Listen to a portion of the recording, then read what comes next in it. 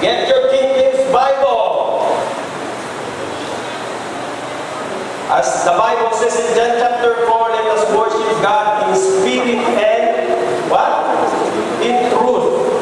Kaya po, ang Diyos ay Espiritu, so we worship God in Spirit. So when we say Spirit, mga kapatid, we don't know how the Lord works because God is a Spirit. So as we worship God in Spirit, dapat mayroong truth.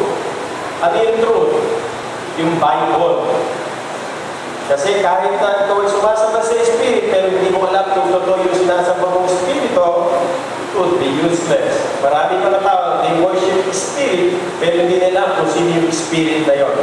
Okay? Yung truth natin nakalagay sa Bible.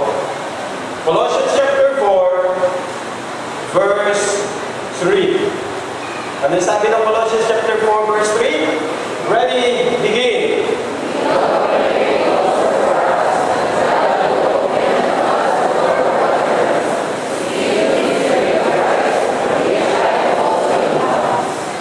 Without praying also for us. Paul said, ipanalangin nyo rin kami, kailan panalangin nyo rin kami, that God would open unto us a door of utterance to speak the mystery of Christ, for which I am also in bands. So I'd like to focus doon sa mensahe, opportunity. When we say opportunity, opportunity is here and gone. Narito ngayon, then biglang nawawala. Sabi ng isa, ang opportunity raw ho, tinapa mo yung ibon, nahawakan mo yung buntot, at nakalagpas. Nakawala. Hindi mo na mahuhuli yung opportunity na yun. Kaya yung opportunity ngayon na narito kayo, I hope mag-grab natin, masist natin, yung opportunity na yan na gusto ng Diyos habang tayo buhay, malakas, may pagkakataon, walang sakit, na pwede natin gawin ngayon at may enjoy. Sapagkat pag nakalampas mo yan, you will miss that opportunity. Okay? Sabi ni Pablo, without praying also for us, that God would open unto us a door of utterance. So pag sinabi natin door, hindi po yan literal na door, kundi po opportunity. Okay? Opportunity. Manalangin po tayo, Lord. Samahan mo kami sa pag-aaral ng iyong mga salita. Matuto kami, makinig kami, sumunod kami, Panginoon, at higit sa lahat, hamunin mo po kaming lahat. In Jesus' name I pray. As people says, please be seated. Opportunity. There are 4 things I'd like to share it with you. Una ho, yung tinatawag natin door of prayer. Means opportunity to pray. Door of proclamation. Door of performance. And last, door of perfection. Opportunity. That is so important to all of us. Maraming mga tao nag-iinayang, they live in their, ba't hindi namin nagawa? Ba't hindi kami nakapaglingkod? Ba't sinayang namin ang aming buhay? Minsan, nare-realize lang natin yung opportunity na yun pag tayo nandoon sa hopeless, helpless na condition sa buhay natin na so much failure or mistake na lang doon tayo, kaya nasa bingit na doon tayo na kamatayan. Saka lang natin napapahalagaan yung mga bagay na importante po sa atin. I hope you will not miss that opportunity. Minsan ka lang magkakaroon ng pagkakataong mabuhay. Enjoy it. Do it. By God's grace. So let's go first. Yung sinabi po ng verse 2. Ang sabi po ng Colossians chapter 4 verse 2. Continue in prayer. What's it? Look at verse 2. Sabi ni Pablo, continue in prayer. Kung meron hong namimiss natin opportunity na dapat natin may-enjoy, walang iba kundi ang panalangin. Kung merong area that we failed so many times, ay yung pananalangin. You know why? You are so busy about many things, but you have little time to pray. Pero sinabi ng Bible, you have seen the Lord Jesus Christ. He prayed in the morning, He prayed in the evening, He prayed in the mountain, He prayed alone. He prayed most of the time throughout this life. Why? Mahalaga po kasi ang pananalangin. Mga anak ng Diyos, God has given you the opportunity to pray. God has given you the opportunity to talk to God. Do not waste your time about so many things but you don't pray. Kaya ako dito, sabi ni Jesus, ni Paul sa atin, kung gusto mo natin talaga magkaroon ng maraming opportunity, you have to continue in prayer. Hindi niya sinabi lang na, just pray. Sabi niya, continue in prayer. Meaning, pag sinabi natin continue, you stay in prayer. Be constant in prayer. Hold on in prayer. Hang in there when you pray. Bakit po? Sinabi ko ng Bible palagi, pray without ceasing. Pray always. Pagiging yung church sa Jerusalem, they gave themselves continually to prayer. Hindi mo pwede nagpunta ho kayo dito mananampalataya, hindi kayo nag-pray. Hindi mo pwede ho kayo mabubuhay, magtatrabaho, papasok na hindi kayo nagpe-pray. But do not just pray. The Bible says, continue in prayer. Bakit po? Pag nagpe-pray kayo, maraming door of opportunity. Pastor, ano ba ibig sabihin ng continue in prayer? Ibig sabihin yan, hindi na ako magtatrabaho, wala na lang akong gagawin throughout my life, mananalangin. Ibig sabihin po ng continue in prayer, God consciousness. Alala ko nung bago ako mananampalataya, nakasakay ako sa jeep. Nandun ako sa dulo. And then somebody talked to me. Hindi ko alam kung sino. You hold your hands sa railings. Hawak ka na po. Yung pala, madidiskrasya na po kami. Lord, thank you. Thank you. God consciousness. Hindi sa tagat throughout na yung paglalambay, nagpe-pray ka, nakapikit ka. Hindi ho. You are conscious palagi sa pananalangin. You are conscious palagi sa Diyos. Minsan ho kasi, pag nagdadrive ka, naglalambay ka, papasok ka, may punta ka, hindi mo na iniisip ang Panginoon. You just go on sa buhay mo.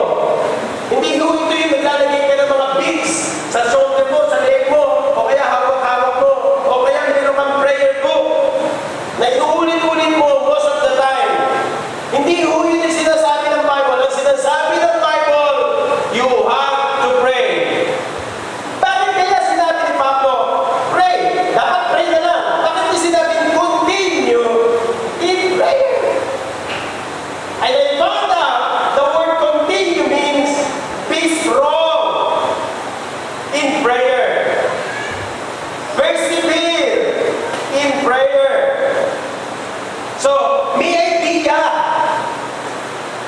Yung verb na yung continue in prayer, ibig mo sabihin, you have to be strong, you have to stay in prayer. You have to continue in prayer. You need to be steadfast, you need to persevere in prayer. And then, yung pagkakagamit po ng salita mong continue, ang tawag po doon sa English grammar is preposition sa Greek word. Pag kaya kung magkakaroon ng preposition sa Greek word, ibig po sabihin yan, pinalalakas niya yung verb. So pag pinalalakas yung verb, ang ibig po sabihin yan, not only be strong in prayer, not only stay in prayer, not only steadfast in prayer, kundi yung salita mong continue in prayer, pag nilagyan ng preposition, yung pagkakasulat, ang ibig po sabihin po ninyo, super strong in prayer.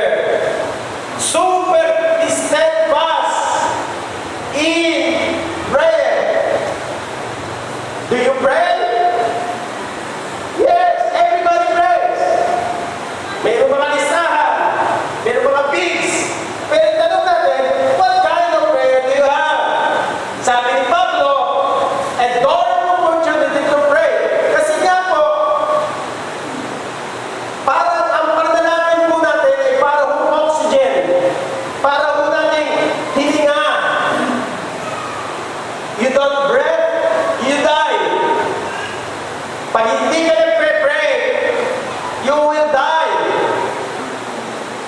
Hindi ka na makahinga. So yung prayer, para mo siyang hininga, hangin, na lagi ka nag-breathe. As normal as it is sa buhay. Bakit po? Not just pray, but continue prayer. Super strong in prayer. Super steadfast in prayer. Kasi alam natin yung sinasabi ni Jesus Christ about prayer. Katulad po ni Moses, sabi po sa Hebrews 11:27, but he forsook Egypt, not fearing the wrath of the king, for he endured, seeing him who is invisible. Ibig sabihin, si Moses, sabi ng Bible, hindi siya natakot sa puwang ng hari. Why? For he endured. I mean, yung siya'y pinahahanap ng Pharaoh para patayin si Moses. He hung in there. He stuck with it. Meron siyang strong commitment. Siya is super steadfast, super endure. Hindi siya nag-give up. Kaya pa nagpe-pray at mapanalangin ng sama ng panalang, like yung sinabi ng super strong, super steadfast. Ibig sabihin, you will not give up. You will not quit. You will not become weak.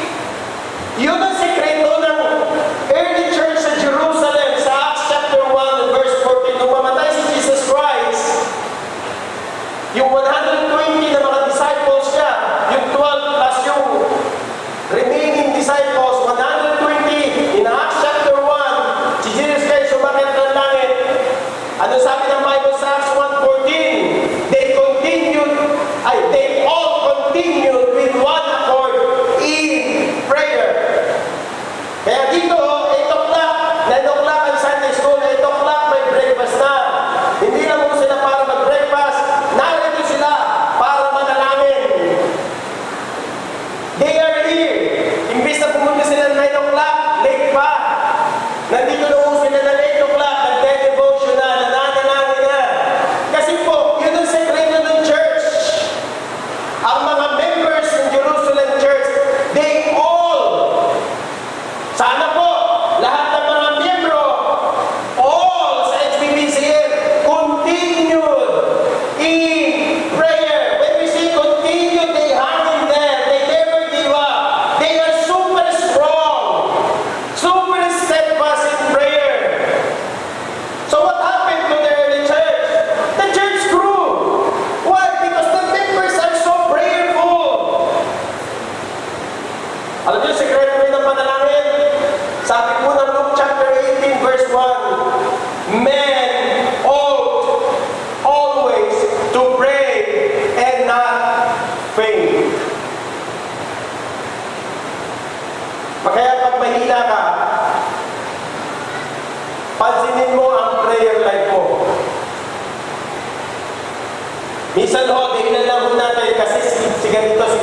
Ang totoo nun, yung mananampalatayang yan, hindi ho talaga tunay na nananalangin. Kasi kung tunay ka ng nananalangin, men always ought to pray and what? And not faint. Kaya kung yung opportunity natin to pray, hindi tayo lumalabas, we cannot be strong anywhere else. So, ang sekreto ng church, ang sekreto ng Christian life, yung opportunity to pray. Mga kapatid, yun ng rich man in hell. Hindi siya nagpe-pray nung malakas siya, nung mamatay siya, tapos sa impyerno, sabi niya, I pray that God would send missionaries to my family because I have 5 brothers at ayoko silang pumunta rito. So pray for your unsaved loved ones that they will not go to hell when they die. Pero yun nasa impyerno siya, di ba tayo buhay, nagpe-pray sa patay.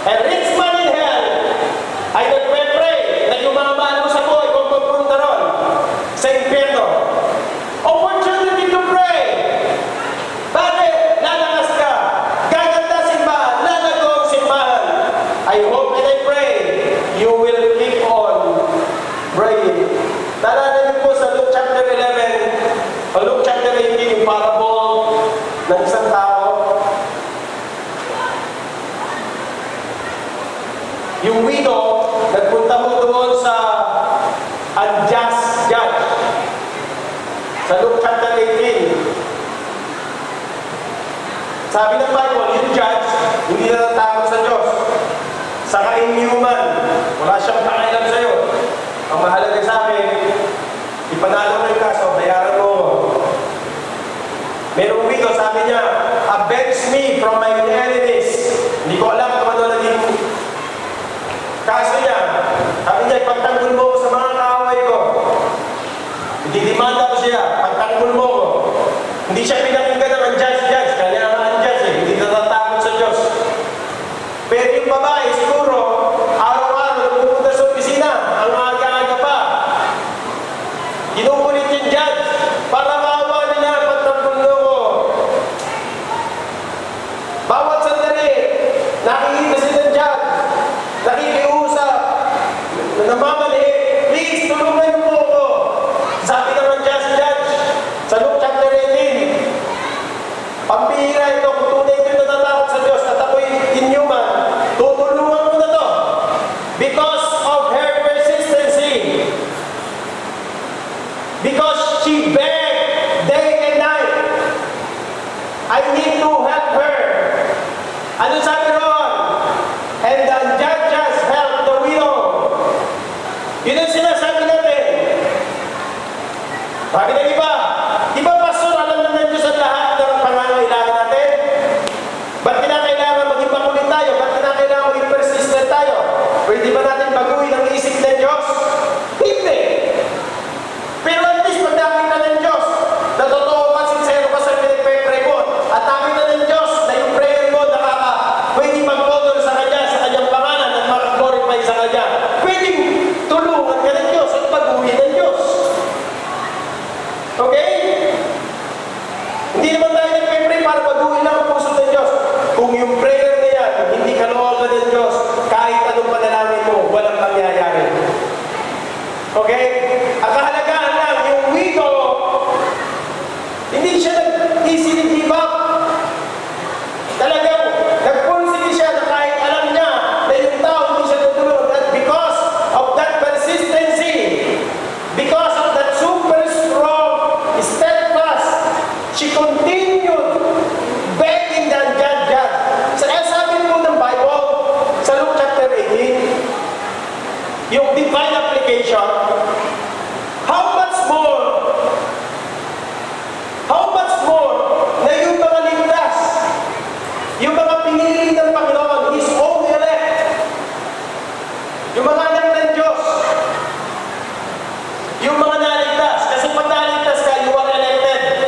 Hindi ako naniniwala ng tao kahit hindi siya tumanggap, pagka-elected siya sa impyerno, kahit anong gawin mo, di ba? Hindi totoo po yun. Kasi nung halingin yun, kaya nga si Kristo namatay sa krus para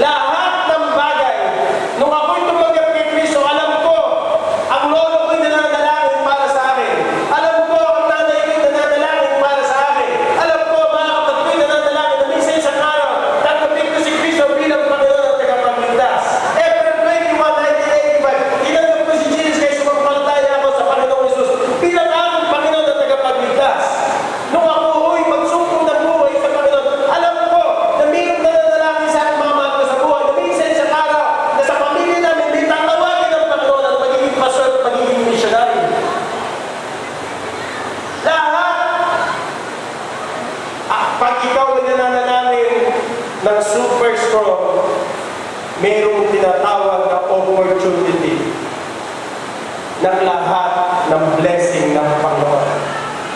That's why I challenge you, opportunity to pray, not just to pray.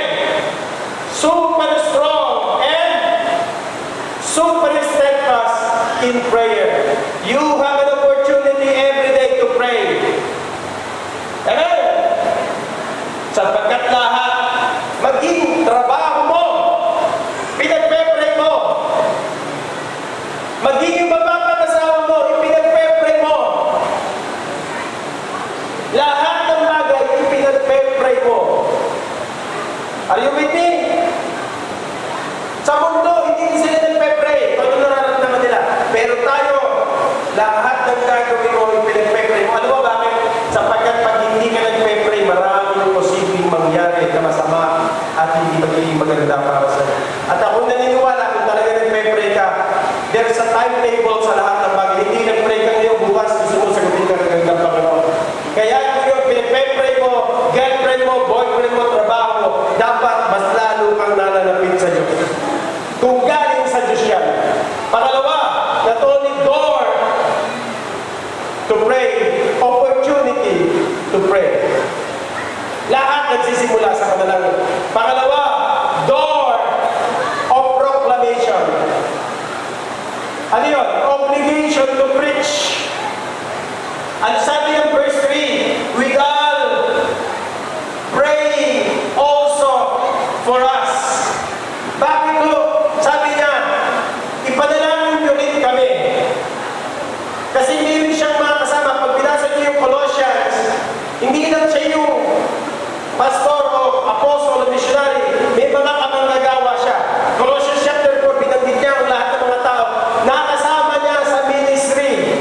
Pray for us. Pray for your pastor. Pray for the missionaries. Are you with me? Are you praying for me? Ano yung pinipray niyo sa puso niyo? That God, what? May open unto us a door of utterance to speak the mystery of Christ, for in which I am also in bonds or in prison. So, pag tayo nagpe-pray, sana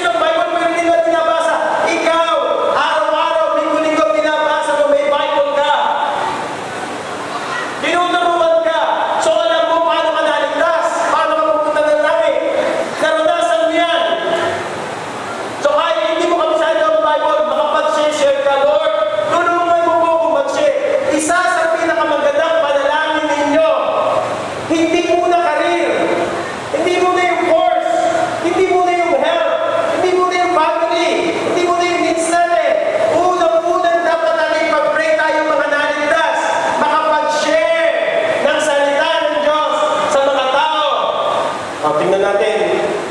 Kamusta na ang mga kaklase mo? Nashiran mo ba ng Word of God?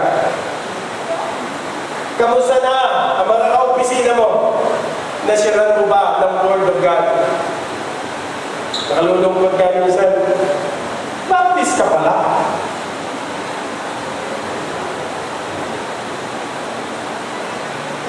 Tandaan nyo ito palagi ha.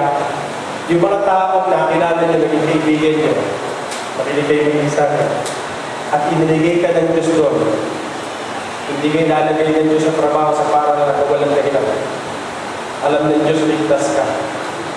Alam Diyos ng Panginoon. Dapat ma-share mo sa kanila yung salvation. Pag namatay yung mga yan, hindi kami nananabitan. Ikaw. Kasi ikaw ang inilagay ng Diyos yan. Wala kami sa posisyon para mag-share. Dapat pag-pray mo, masira mo sila. O, basta, hindi ako matulad mag-share. O, tumawag ka, mag-Bible study tayo. Imbis na maganda ka ng lahat, imbitahan mo lahat ng kapitbahay mo, pero hindi na ako, mag-Bible study tayo. Diba? Ang dami ng opportunity eh. Pastor, di ako marunong. Pastor, busy ako. Pero mga kapatid, kung talagang gusto mo, mangyayari yan. So I pray. Pray for your pastor. Pray for this church. Na makapag-evangelize tayo bawat bahay, bawat lugar. Bawat saan lugar tayo. Mag-share tayo, mag-Bible study tayo, mag-testimony tayo, magbigay tayo ng that God will open unto us a door to speak the utterance, the word. You see, simula nung maging membro kayo sa church, meron na ba kayo nasiraan? Madaling i-claim na ikaw ay ligtas. Pero, madaling i-claim na pupunta ka na lang eh. Pero meron naman nung maligtas ka na masasabi mo, dinala mo sa Panginoon at naligtas kayo na nalulunod sa church.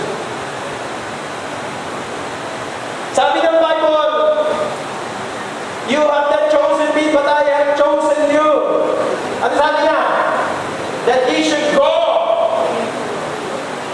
that ye may bring fruit, and your fruits would remain. Matatapos naman ng 2017, wala ka pang nasisiran, wala ka pang magiging bunga. Pastor, nakapag-share ako.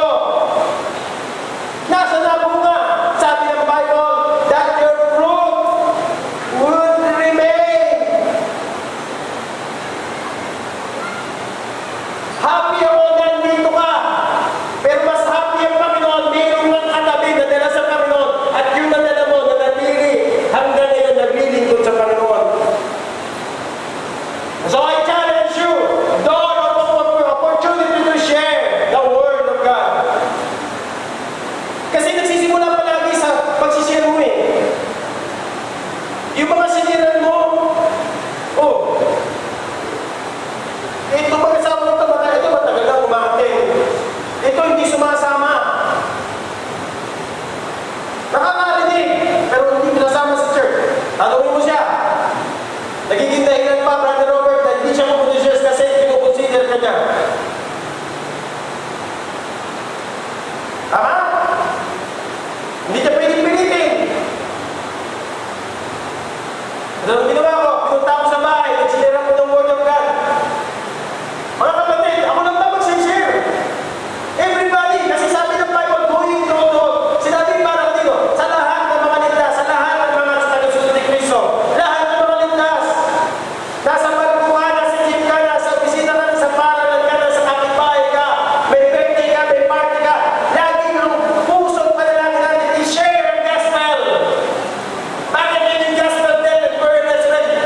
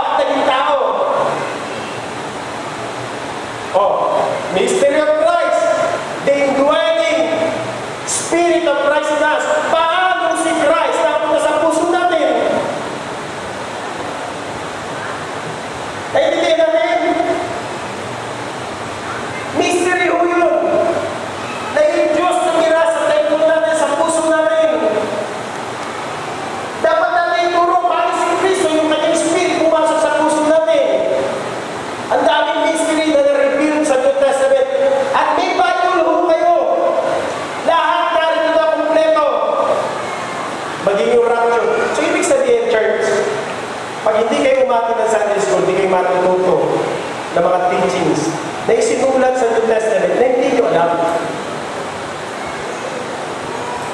Ang alam nyo na binabasa pero hindi nyo pinag-aaralan. Paano may tutuloy sa bagay na hindi mo naman pinag-aaralan? So, sapo na, ligtas siya. Pumunta siya na lang. Ano gagawin niya ngayon dito sa lupa? Ituturo mo ngayon na lahat ng katotohanan na sinabi sa Bible. Pansinin po ninyo. Listen, nakikinig ko ba kayo? Si Pablo, sabi niya, that God would open unto us a door of us utterance to speak the word, the Bible, the truth. At sumunod to speak the mystery of Christ, yung mga truth, mga hidden truth na na-reveal sa New Testament. Hindi nyo, at sumunod, for in which I am also involved. Ano ibig sabihin? Si Pablo nakakulong. That God would open unto us a door of opportunity to share and to teach the mystery of Christ. Nakakulong ho siya pero ang prayer niya makapag-share. Eto na. Tingnan niyo po continuing prayer and door of what? To pray. Of opportunity to pray. Kaya sabi niya, pray for us also. That God will open unto us a door of utterance to speak the mystery of Christ. Kasi nakakulong kami. Piliin ninyo, nakakulong gusto mag-share, nakakulong gusto magturo. Tayo, hindi nakakulong. Sabi nga ng Ibas na kataligala, paano siya makapag-share, paano magtuturo? Listen, kaya sinasabi ko sa inyo yung prayer natin. Wala tayong time masahe. Pero alam niyo po, nung magpunta siya sa Jerusalem, winelcome siya ng mga kapatid niya.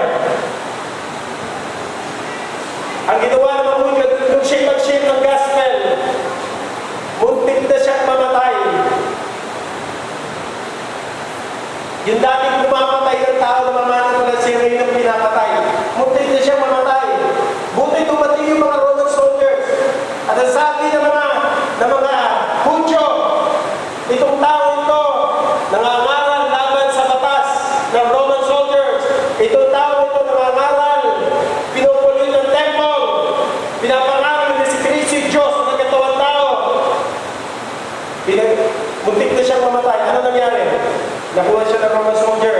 Yun yung kauna-unahan na si Pablo ay nakulong. Nagkaroon ng mga trial. Pumunta siya kay King Felix. Diba? Kay King Agrippa. Napunta siya sa Rome. Si Peter, hindi napunta sa Rome. Si Paul ang napunta sa Rome. At pagdating niya sa Rome, are you with me? Nakakulong siya. But because, tingnan nyo that God would open unto us a door of utterance. Yung mga soldier na nagbabantay sa kanya, chiniran niya. Every season nagpapalit. Share. Bawat soldier na papalit, share. Ang nangyari, yung kanyang kulungan, binigyan siya ng pagkakataon. Narentahan niya yung lugar, house arrest. Kaya yung mga soldier na nagpupunta ng nakakilala, meron siyang opportunity to share. Nakakulong yan. Kaya lagi niyo marinig sa kanya, yes, I am in bonds, I am in prison, but the word of God is not in bondage. Kaya tayo, hindi tayo nakakulong. Malaya ka sa opisina, sa paaralan, sa church, kahit sa magpunta sa bahay nito, makatukan mag-share. Kung talaga ang prayer mo, talaga ng love ay magtuas, makapag-share tayo, makapag-share ka. Kasi siya nakakulong. Pero ang prayer niya, buksan ng Diyos, ang maraming opportunity, maraming maligtas. Anong tendency? Pag binasa niyo ang New Testament, may mga house of Laodicephorus, house of Caesar, house of ganito. Nakakilala sila sa Panginoon because of all. Nakakulong! Church, hindi kayo niligtas ng Diyos para sa sarili mo lang. May mga tao, mga mahal tayo sa buhay, na dapat dalhin sa Panginoon. Yung ang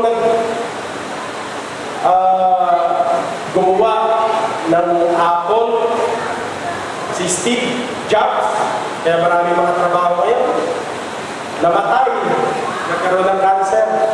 Sabi niya, nag-ipon ako, naging successful ako, dami-dami kong pera. Pero alam niya, sabi niya, yung mamamatay ako, family ko lang, at ilang mga kaibigan ako. Sabi ko, ang tao, yung peak na nakapagtrabaho, kumita ng pera, nung mamatay, sabi niya, walang kwenta ang lahat sa buhay niya. Yung kaimagan niya, iwanan niyang lahat. Sabi ko, blessed pa rin tayo. Bakit? Sabi ni Pablo, for to me to live is Christ. Para sa akin, ang mabuhay kay Kristo at ang mamatay kapakinabangan. Hey, Christians! Kapag ikaw nabuhay kay Kristo sa lupa, nag-share ka ng gospel, nag-pray ka, nabuhay ka sa kalooban ng Diyos, ang kamatayan, hindi yung kalupihan. Pero kapag hindi man na pala nabuhay ka lang sa trabaho, sa sarili mo, ang kamatayan sa'yo, kalupihan para sa'yo. Kaya mabuhay ka kay Kristo, opportunity mo niyang mabuhay, opportunity mag-pray, opportunity mag-share, opportunity mag-speak, opportunity kahit anong problema mo. Makapag-share ka kung gugustuhin mo. Kaya, precious in the sight of the Lord is the death of His saints. Mahalaga! Ano? Kamatayan ng mga banal kay Kristo. Hindi kalugihan, hindi pangit, hindi kalungkutan, kundi sabi niya, precious. You see? Mga kapatid, ay kaya nabubuhay tayo kay Kristo, nabubuhay tayo sa sarili natin. At kung nabubuhay lamang tayo kay Kristo, at ang pinakapusot panalangin natin, i-share ang gospel. Ganito ha, church. Lahat, business, party, ano pa ba yan? Laging dapat ang puso mo sa opisina mo. Pastor, pag-pray ko, mag-share ako, magsasama ako ng preacher, mag-share kami, mag-birthday ako. Laging ang una, ma-share ang gospel. Patatandaan niyo yan, kung meron dapat tayo mag-invest sa gusto. Minsan, dadala tayo sa mga party-party, pero hindi mo na share. Ikaw mo yung pananagutan yan. Alam mo naman, pumunta kami sa opisina mo. Sila, balik ko, mapuntahin mo kami. Sino dapat mag-share dyan? Ikaw. Door of opportunity to pray and to proclaim the gospel. Pangatlo, door or opportunity to what? Ha? Yung pangatlo natin, na napakahalaga. Ano sabi ng verse 4? Sa Colossians chapter 4.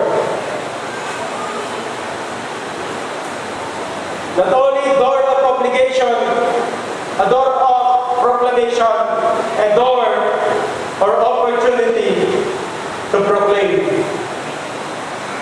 Ano yung pangatlo natin? Ang sabi po niya sa verse 4, basahin natin, that I may make it manifest as I ought to speak. Walk in wisdom toward them that are without, redeeming the time.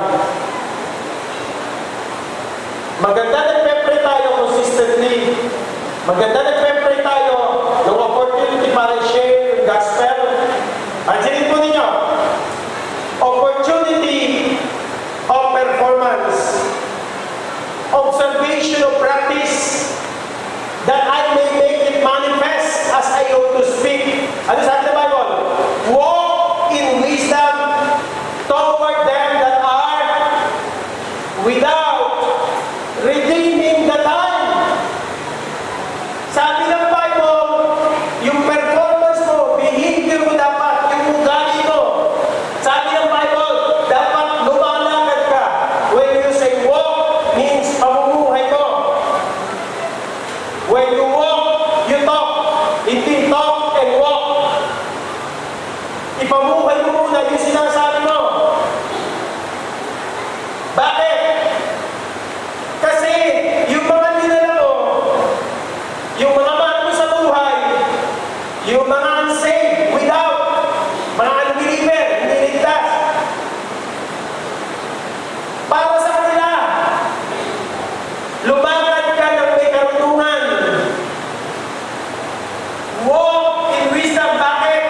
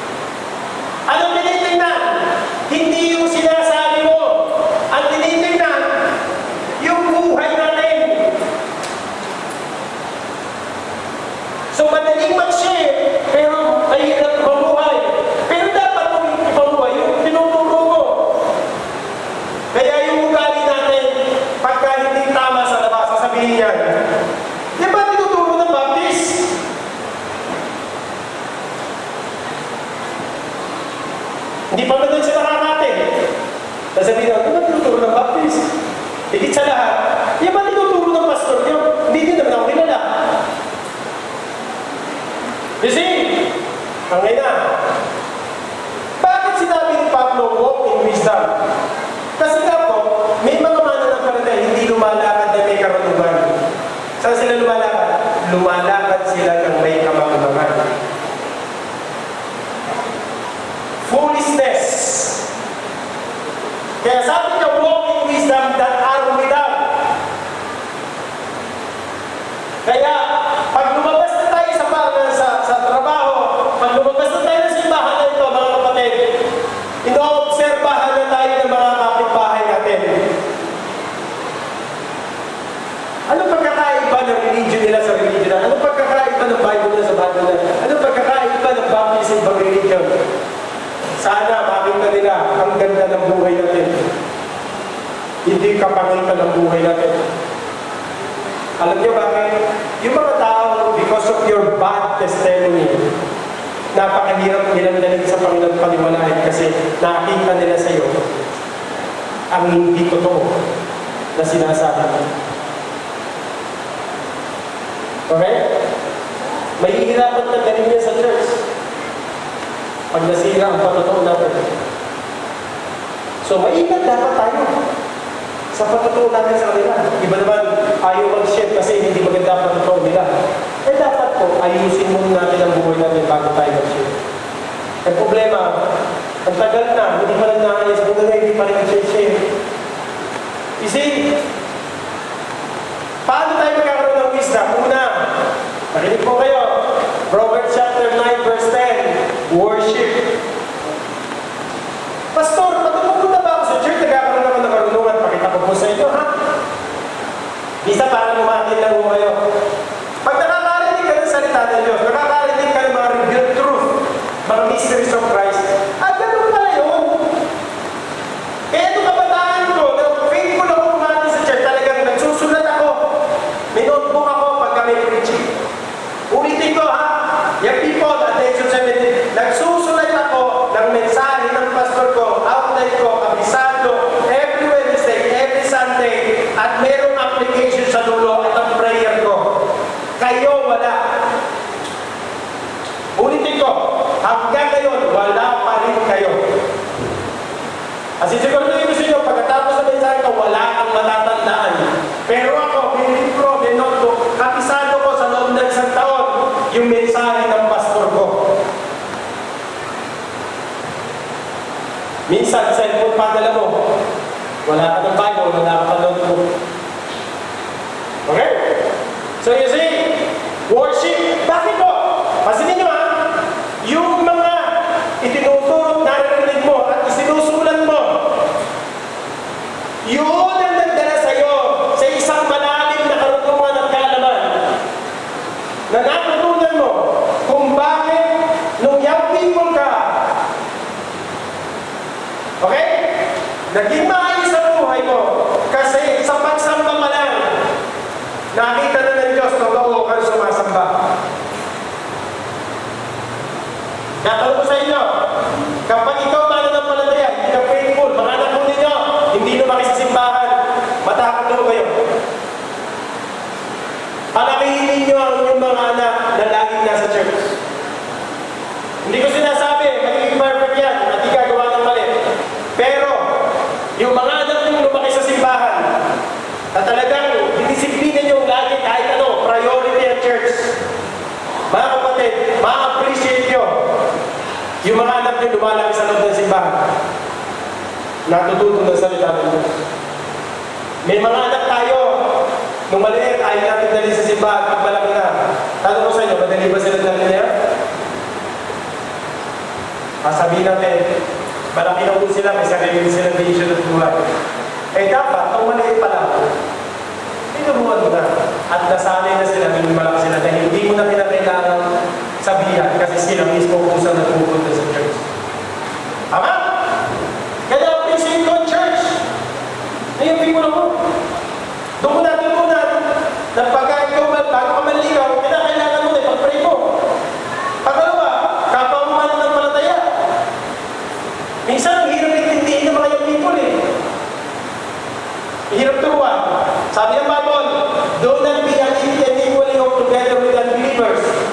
Ang kinukuha mo naman ang believer. Siguro dapat ko siguro po usapin yung mga hindi ko binibro sa labas. Hoy, huwag kayong pag-asawa, magrelasyon sa mga baptist, ha? Kasi makipamato kayo sa kanila. Ikaw yung tinuturuan, ang hirap mong intindi. Sino ba dapat kung sabi ko? Kaya tatay, yung pinipristin pastor, narinig ko ngayon, ituturo mo rin sa mga anak mo. Kung wala sa church yan, ano yung expect mo? Karunungan ng mundo na kukuha niyan. TV napapatunan, yung napapatunan yan, kailangan yung Bible ang natutunan niya, hindi pamumuhay niya. So you see, foolishness, either you walk in wisdom or walk in foolishness. Kaya pagka wala sa pagsamba, hindi nag-aaral ng salita ng Diyos, at higit sa lahat, paano ka magkakaroon ng wisdom? Worship. Mas marami yung naging matinong yung people na lagi nasa pagsamba. Yung totoo, yung mga young people ko before, na wala sa church, alam niya bakit? Hindi matapat sa pagsamba. Tuturo ko sa inyo lahat ng mga pangalan na mga young people ko before, hindi naging maayos sa Panginoon. Pero tuturo ko sa inyo mga young people na nagtapat, talagang tunay yung pagsamba nila paglilingkod sa Panginoon na naging maayos yung buhay. Okay? Pangalawa, pag-aaralan ng salita ng Diyos. Pag-aaralan mo Biblia mo, huwag mo lang dito nabubuksan to. Kasi mo ba? Sira-sira. Idiktik natin. Have your own Bible. Pag-aaralan mo. Mag-aral. Hindi lang linggo na makakapakinig ka. Basahin mo Bible mo. Pag-aaralan mo. Masod yung ano mag-aral ng Bible. Maturo ka. Mag-Bible study kayo. Pangatlo. Ito, pinaka-importante. Colossians 1:28. Bibigyan mo nun dito sa pang-apat. Door or opportunity to break, opportunity to proclaim. Ano yung pangatlo? Door or opportunity to perform. Behavior mo, ugali mo. Walk in them that are without. Makita na yung pagkakaiba, makita na yung panalita mo, buhay mo. Ibang-iba sa kanila. O paano ka magkaroon ng wisdom? Paano malalakad? Pagsamba ka lang, nandun ka na. Huwag ka magpipilit sa pagsamba. As for me and my house, we will serve the Lord. Mga kapatid, sa pagsamba pa lang, non-negotiable yan. Sambahin mo ang Panginoon. Kasi pag sinampo mo ang Panginoon, nauunang ang Diyos na pinili sa Panginoon. Mag-aaral ka na sa salita, study the children's health, approve to the word of the children's health, rightly dividing the word of truth, 2 Timothy 2:15. Pangatlo, Colossians 1:28. Hindi na niya sabi ng Bible. Warning! Oy, buksan yung Bible mo. Warning every man. Nakita niyo po? Colossians 1:28. Come on! Whom we preach, warning every man, teaching every man in all wisdom. Why? That we may present every man perfect in Christ Jesus. Sino nag-preach sa inyo? Si Pastor. Bakit siya nag-preach? May warning. Binibigyan kayo ng babala. Hindi pa nagyaya. Ang tawag doon, prudence. Mapapahama ka. Kaya hindi pa nagyaya yung pastor mo nag-preach na sa'yo. Hindi sapagkat against ang pastor sa'yo. Gusto niya na mag-image ka. Hindi magagawa ng nanay at tatay yan. Pastor ang binigyan niyo sa responsibilidad para mag-preach, para bagyan ng babala ang mga anak ninyo. Pati mga magulang. At sabi niya naman, and teaching every man in all wisdom. Kaya pag ikaw nandito sa church, bakit kang maibig? Yung pagdalangaral ng pastor, kasi ganito may espiritu ako, may espiritu ba? nakikita ko takbo ng mata mo, kilos mo, lahat kung tama ang puso mo sa Panginoon. Kung interesado ka sa pag-init, nakatingin ka sa mata ko, hindi ka nangalan na kayo ka. Hindi yung attentive ka. Okay? Magalit na kayo sa akin sa pinapangaral ko. Pero ma-appreciate nyo kapag napahaba ka. Kasabihin mo, tama si pastor. Huwag kang tatalikod, huwag kang titigil. Yung iba, parang walang natutunan. Pwede ba uminto muna sa church, umalis ng simbahan? Mga kapatid, mahirap sumipa sa matulis. Minsan, yung prodigal son, hinigi lahat ng kayamanan kasi gusto ko maging malaya, gusto ko gawin ang gusto ko. Kaya ang tatay. Sige. Nung nag-iisa na siya, bumisnes eh. Kaya nga, prodigal means wasteful. Sinayang niya, ang buhay niya, lakas niya. Kaya yung pagbalik niya, sira na ang buhay niya, wala na kayamanan, wala na kaibigan, wala lahat, naranasan lahat ng bisyo. Pagbalik niya, wala na, mababa na. Ngayon, pag malakas ka, may trabaho ka, nasabihin mo, pastor, ayaw ko na sa dyan. Hindi naman ako eh. Ako ang trabaho ko, ipangalan ng salita na Diyos ang Panginoon. Pero ikaw mag-decision. Ano man na magiging resulta paglabas ng simbahan ko, hindi ko nahawak yan. Ikaw ang Diyos na. Kaya siguraduhin mo lang, pag nag-decision ka, tama yung gagawin mo. Kasi pagbalik sa iyo niya, magsasuffer ka. Okay. Pastor, dami ko ng sakit ngayon. Ano kinain mo nung kabataan mo? Soft drinks? Salamat ako kasi yung mga anak ko, simula noon, sabi ko, bawal ang soft drinks. Ano nilulunod ng soft drinks? Diabetes, kidney stone, gallstone. Kaya bawal ang soft drinks. Ang aga-aga may soft drinks ka kagad. Ikaw naman nanay, hindi mo na pinipigilan ang anak mo.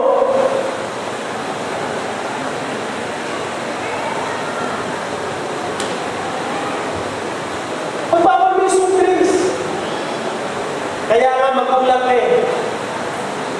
Tama? Alam mo kami makakabuti, makakasama sa anak ko.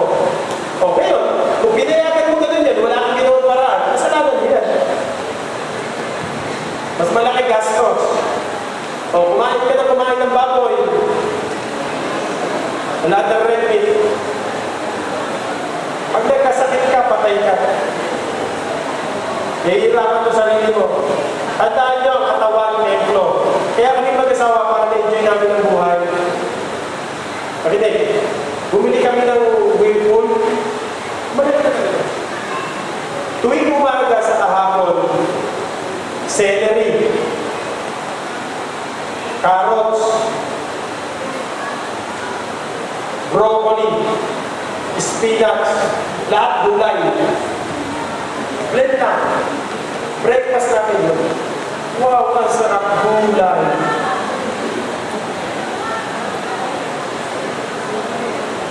Tanghali na kami kumakain ng kanin. Paggabi, ganun din. Gulay na. Bakit? Ayoko magkasakit. Ayoko rin mahirapan ang asawa ko. Ayoko rin mahirapan kayo. I need to take care of my body. Because my body is the temple of God. I need to protect this. Di ba? Hirap-hirap natin magpababa ng weight. Hirap-hirap natin magpapaliit ng tiyan. Kasi, hindi naman yung pag-inom. Narala, kaya lumalaki tiyan mo rin. Lahat papasok mo. Balinigan niyo. Pagka nagkaroon ka ng cancer sa throat, pumunta sa karito. Tapos meron naman yun. Ganun ang gusto mo? O kaya may cancer ka sa baga. O, nasa ang Holy Spirit na sa'yo, ligtas ka. Hindi ka gano'n. Nasabihin ng Holy Spirit, pambira ka. Ano ko, bangga? Binausukan mo? Hindi nyo maiging. Nakakatawa pero sinisira mo buhay mo. Nung may sakit ka, sana nakinig ako sa pastor ko. mas mapalad kayo. Dati, pagka-birthday mo, tumpalahan ng San Miguel ng Tanduay, mga important na. Tapos nagkakatay ka ng baboy, lipitan mo lahat, inuman to the box. Galante ka. Aba, lumaligtas ka, hindi ka na magpapay, naman yung bigay. Magtalaki din ang gasos mo sa labas, ha? Pati ang pinroso, pati kung babae mo. Pero ngayon, mag-iipon-ipon ka sa gawain ng Diyos. Baka kapatid, kung di ka naligtas, baka patay ka na, sementeryo ka na rin, eh. Naintindihan nyo, ha? Mas mapalad tayo. Ano yung panghuli? Door to be perfect. Ano yung perfect? Mature. Kasi sabi ng Colossians 1:28 that we may present every man. What? Ano po? Perfect. Ano yung perfect? Hindi walang kasalanan, hindi nagkakamali. Ibig sabihin, mature. Mature in what? In Christ Jesus. Okay? So, tanong natin, makinig, sino magtuturo, mangangaral sa inyo? Sino gagawa yan sa inyo? Sino ho? Sarili mo? Magulang mo? Hindi. Para makatulong sa iyo to mature. Ano? Kailangan mo pastor mo sa buhay mo. Kaya huwag mong kailisan. Huwag mong pag-isipan ng masama ang pastor mo. Huwag sasama ang loob ng pastor mo. Pasalamat kami pastor ka sa buhay mo. Alam niyo bakit? Isa-isayin ko, ha? Isa-isayin ko. 1 Thessalonians chapter 5, 12 and 13. Basahin natin. And esteem them very highly in love. Kung ikaw ba talagang super ang pagmamahal mo sa pastor mo, mag-iisip ka ba ng masama laban sa kanya?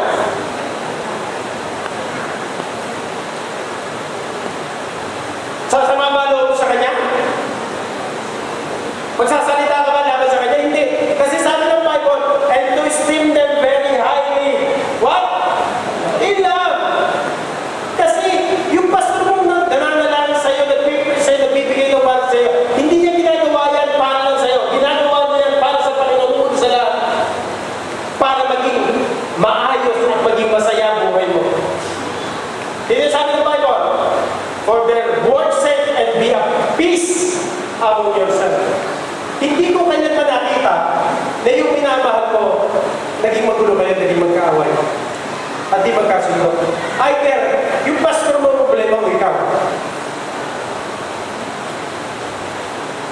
Sabi ng Bible, dapat at peace ka sa pastor mo. Di ba? Hindi yung pinag-iisipan mo na masama yung pastor mo. Dapat payapa ka sa kanya. Hindi yung backbiter ka, hindi ano. Sabi naman, be at peace among yourself. Sabi, pastor, di ba yung manistik yan? Tinataas natin si pastor. Mga kapatid, kahit hindi ko sabihin ito na sa Bible yan.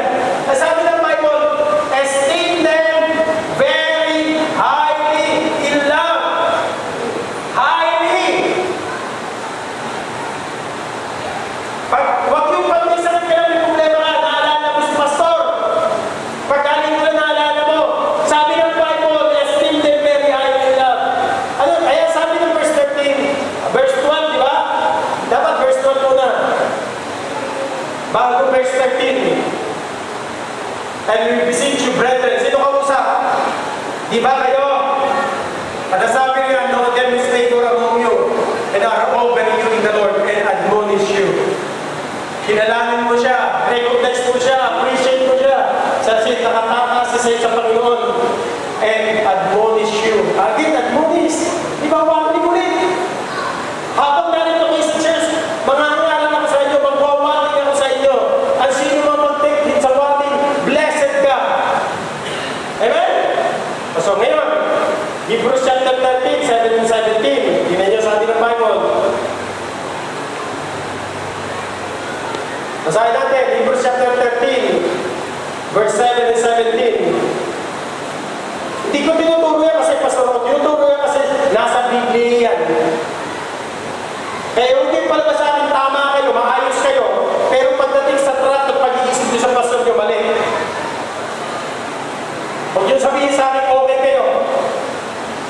Pastor, kahit wala akong sa church, okay ako. Come on. Pastor, kahit masama lang sa inyo, okay ako. Ha? Ano nangyari yun? Tama pa rin ako. Ano sabi? Remember them it's the rule over you is spoken unto you the word of God. Kaya yung submission at authority mo, tatay, nanay, makinig po kayo. Pagka sa loob ng bahay, hindi natutunan ang submission at authority, yung anak nyo mahihirapan sa loob ng simbahan.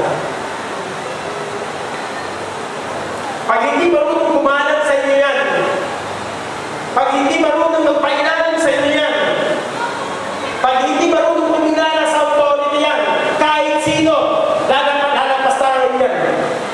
Kahit pastor na binigay ninyo sa kanya. Kung kayo nga magulang, nilampastahan, pastor pa. Are you with me? Ano sabi ng Bible? Who spoken unto you the word of God? Isalita ng Diyos ay pinapangalan ko sa inyo. Hindi nyo kayang bayaran ang pagtutulong sa the first place, walang bayad yan. Ginagawa niya namin magiging kasi gusto niya that we will present every man. Kaya pag nagpipit sa pastor, lahat. Diba? Huwag every man. Huwag mong sabihin, pinipersonal ako ng pastor. Kaya nga pagka tinatamaan ka, amen! Bakit? Nawawarningan ako. Kaya yung amen nakakatulong yan. At yung sabihin, so be it, siya nga po, totoo po yan. Yung pagka-amen, tinamahan ka, sa'yo naman, sasabihin mo, amen? Huwag ganun. Pinipersonal mo siya. Amen. Pag sinabi mo amen, sa'yo yun. Okay? Sa'yo. Kaya nakakatulong mo yung amen, malaki nagagawa ng amen. Okay? Una ho, yung mga nagiging yung puyat ng Sabado, napuyat sa trabaho, napuyat sa traffic, napuyat sa computer, napuyat sa gate. Meron kaya people ngayon, hindi natutulog. Nung galing kami ng Cavite, gumiyahin kami ng nasa alas 2 na, sa Makati pa kami. At kumakita na kami Makati, panay kabataan, buhay pa. Alas 2 na madaling araw. Traffic pa sa Makati, alas 2 na madaling araw. Hindi matawag. Nung makauwi kami ng Friday, talaga madaling araw. Sabado na. You see what? Sabi doon, we follow considering the end of their conversation. Verse 17. Ano sabi doon? Obey them that which have the rule over you and spoken unto you the word of God. For they watch for your souls. Kasi nga po ganito, yung katawan, damdamin mo isip mo, hindi pwede mo wala yung kaluluwa eh. Ang pinakakonsen ng pastor, yung kaluluwa mo. Kaya nga pinagpe-pray, pinapangaralan, pinawatigan. Kasi yung kaluluwa mo yung tunay na tao. Wala akong pakialam kung pangit ka o mataba ka, maitim ka. Ang concern ko yung kaluluwa mo kasi pare-parehas tayo yung kaluluwa. Tao ka. So dapat yung kaluluwa ng tao, sabi niya, for they watch for your soul. So bago ko makita yung kaluluwa, nakikita ko ano? Yung labas. So, kung saan mapupunta yung katawan, yung buhay mo, pag-iisip ko, para kapatid, nakikita ko kung tama yung kaluluwa. Nagpe-pray ako sa kaluluwa ko. Nagpe-pray ako, nagpe-preach ako, nagtuturo ako sa'yo. Para sa'yo, kaya ka narito. Wala akong pakialam kung anong mga buhay mo yung pakidalagin ng itong kaluluwa mo. Kasi bakit? Sabi ng Bible, as they must give account. Kanino? Ako magbibigay sulit sa Diyos sa kaluluwa mo. Hindi ikaw ang magbibigay sulit sa akin. Ako. So, bawat membro rito may kaluluwa. May kaluluwa ba kayo? Pagka wala kang kaluluwa, patay kayo. O, pag namatay ka ba sa pupunta kaluluwa mo? Basta di ko alam. Kailangan patay kayo. Kaya si Kristo naman ay parang pumunta ka ng langit. Pansin nyo? So may kaluluwa tayo ngayon. Kaya sumasamba tayo in spirit. Kasi yung soul minsan nakikipaglaban sa Diyos. Pumunta ka sa simbahan, Monday to Saturday, punong-puno ang buhay ko, ang isip ko na kasalanan, na masamang pag-iisip. Tama? Pagdating dito, papangalan ko sa iyo ang Panginoon ng salita ng Diyos. Nagpupuno tayo. Yung kaluluwa mo laban sa Diyos, yung kaluluwa mo laban sa preaching. Pero yung pangalan ko, mawawalingan kita. Bakit? Ako magbibigay sulit sa Diyos. Eto na. Kapag may nag-take na kaluluwa, na yung people ko, katuwa ang kayo. That they may do it with joy. Na makita kung maayos ang buhay ninyo. Maayos ang trabaho ninyo, maayos ka rin, maayos na pag-asawa mo, masaya ka sa buhay mo. Katuwa ang kayo. Pero kalungkutan ko pag nakita kong kayo'y hindi nagagamit at hindi maayos ang buhay mo.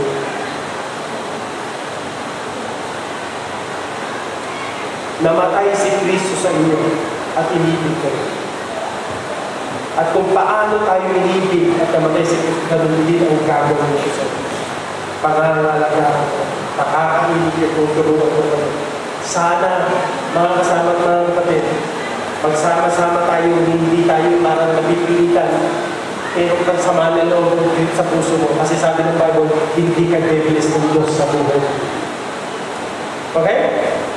Kaya, mga kapatid, blessing, pagka yung honor at respect mo, binibigay mo sa kanya.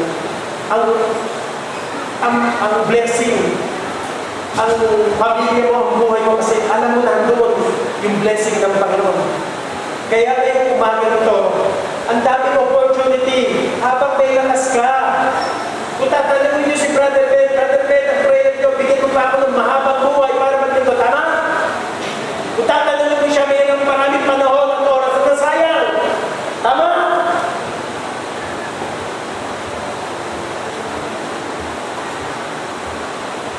Kaya nung mawala ka, basag ang puso mo. Kasi ako nagdala sa iyo sa Panginoon. Sabi ng mga miyembro, parang walang pakiramdam at walang pakiramdam. Hindi ka naman nagdadala eh. Bago mo sabihin yan. Wala ka na nadadala ng tao sa Panginoon. Naintindihan niyo ako? Ang unang nasasaktan,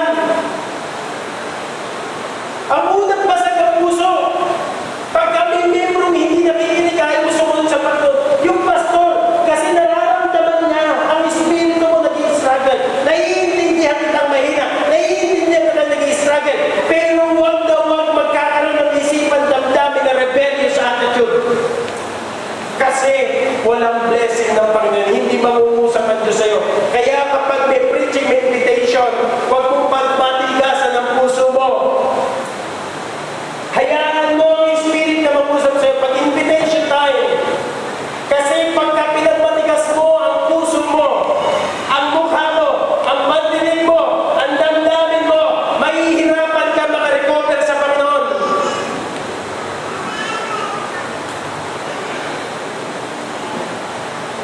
Tara, Brother Ben, samahan mo rito.